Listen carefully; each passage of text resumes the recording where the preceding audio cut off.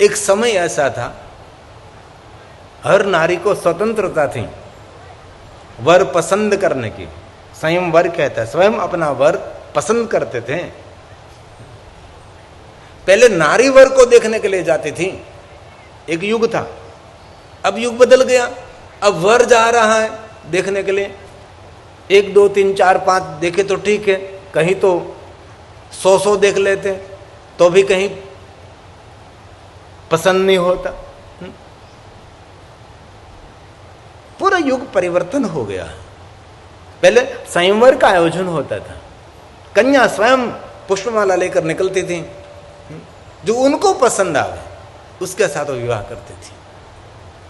उनके बारे में बहुत हमारे शास्त्रों में कहा है, वर कैसा होना चाहिए। वर का अर्थ है श्रेष्ठ, जिनमें श्रेष्ठता हो, सभी कार्यों में निपुणता हो, ऐसे वर को पसंद करते थे। क्रोध अज्ञानता से उत्पन्न होता है और अहंकार से क्रोध बढ़ता है। क्रोध को कटु वाक्यों के साथ घनिष्ठ संबंध रहता है। अभी तक किसी ने क्रांति नहीं की कि क्रोध में कोई मिठा बोल सके। क्रोध में कटु वाक्य ही निकलते हैं। 1000 शत्रु हमारा खराब नहीं कर सकते, लेकिन हमारा क्रोध जड़मूल में से हमको उखाड़ कर फेंक सकता है। क्रोध में मुख खुल जाता है, आंख और कान बंद हो जाती है।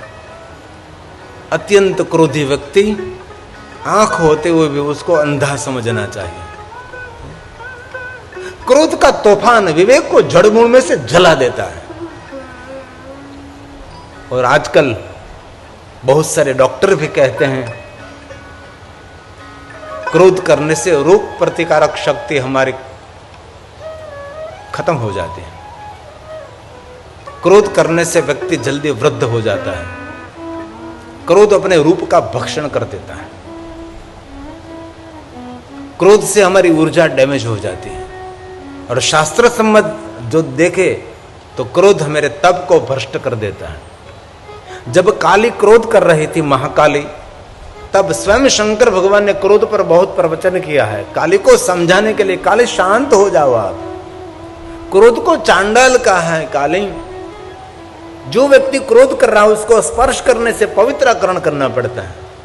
जिनको क्रोध आ रहा है उसको स्पर्श करने से स्नान करना पड़ता है, नहाना पड़ता है। काली शांत हो जाओ आप, क्रोध नहीं करो आप। क्रोध करने से रोग प्रतिकारक शक्ति नहीं रहती। इसलिए कथा सुनकर हम जब तब साधन अनुष्ठान उपासना सत्कर्म पुण्य कर्म कुछ हो न सके न हो सके कोई बात नहीं, लेकिन आज से हम संकल्प करेंगे कि हम क्रोध नहीं करेंगे, हम शांत रहेंगे। तो क्रोध को जीतने के लिए सबसे बड़ा साधन क्या है?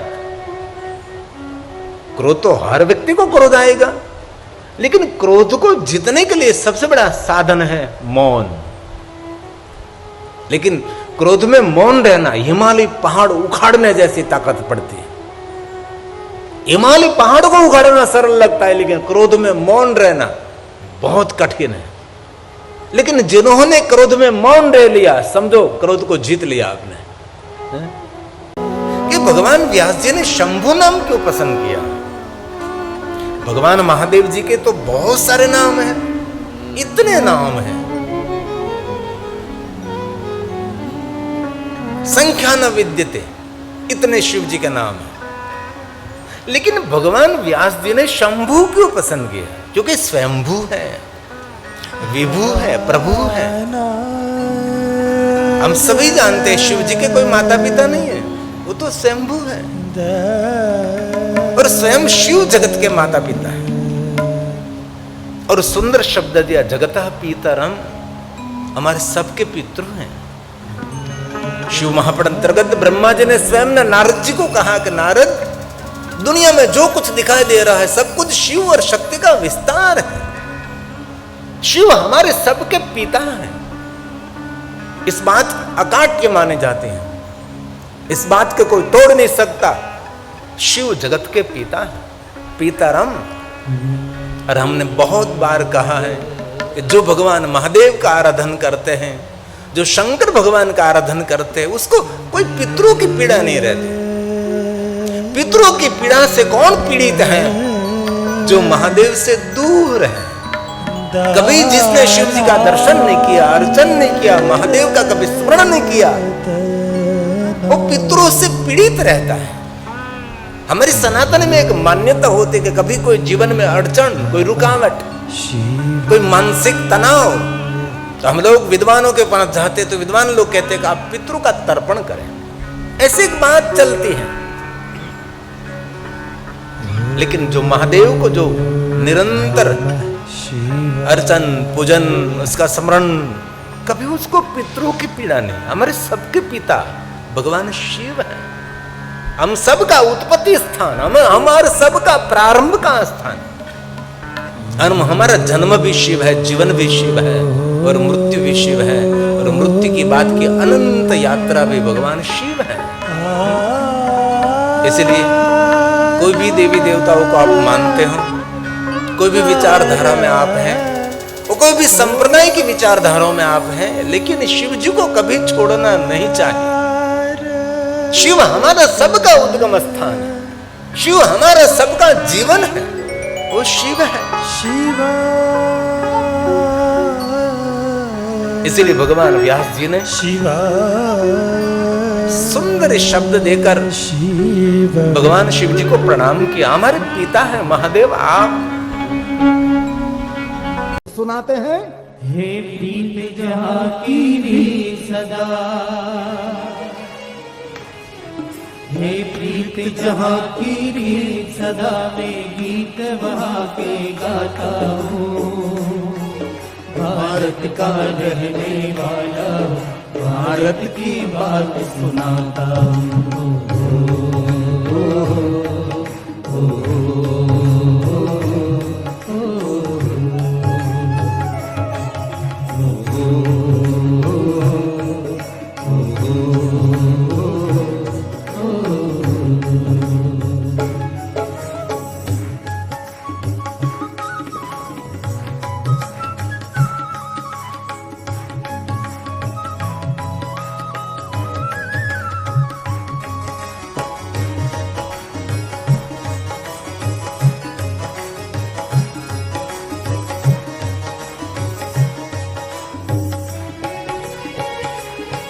काले गोरे का भेद नहीं, हर दिल से हमारा नाता है।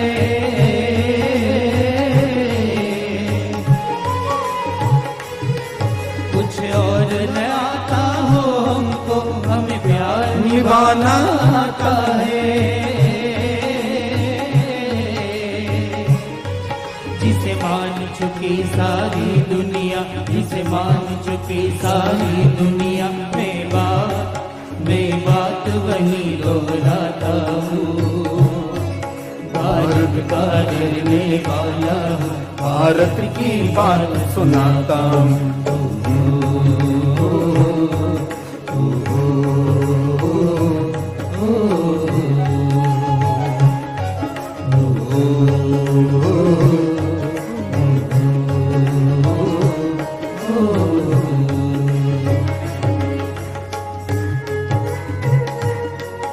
बोलिए भारत माता की। शाबाश। ये गर्जना कच्छ की गर्जना है, गुजरात की गर्जना है। शाबाश।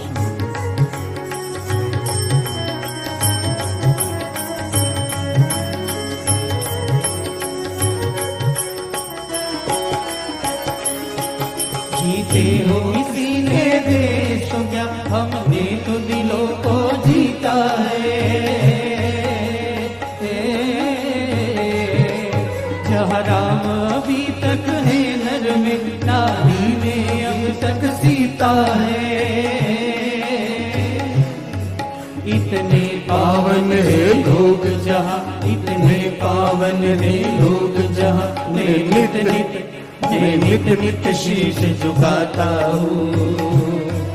भारत का रहने वाला हूँ, भारत की बात सुनाता हूँ।